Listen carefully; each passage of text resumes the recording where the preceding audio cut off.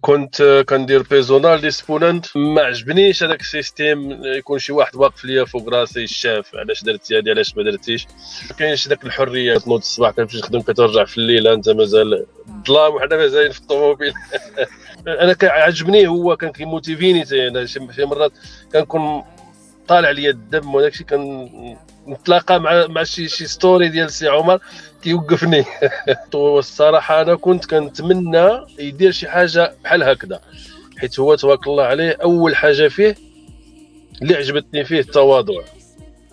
هادشي راه عارفينو الدراري اللي راهم معنا بزاف واللي راه بزاف في السوشيال ميديا كيشوفوا هذاك انتم شوفوا لامبورغيني ديالي، شوفوا انا يلاه عاد شريت هاد بوش، شوفوا يلاه عاد درت هادي. هذوك كلهم سبحان الله العظيم الخاطر ما كيرتاحش ليهم.